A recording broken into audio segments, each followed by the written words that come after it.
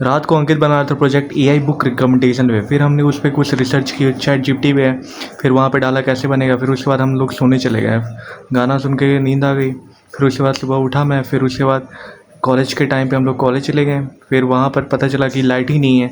फिर लाइट तो थी नहीं, तो लाइट नहीं थी तो फिर हम लोग निकल गए बाहर नीचे जाने के लिए। अब जो हमारा सेमिनार चल रहा था वो बी फार्मा ब्लॉक में।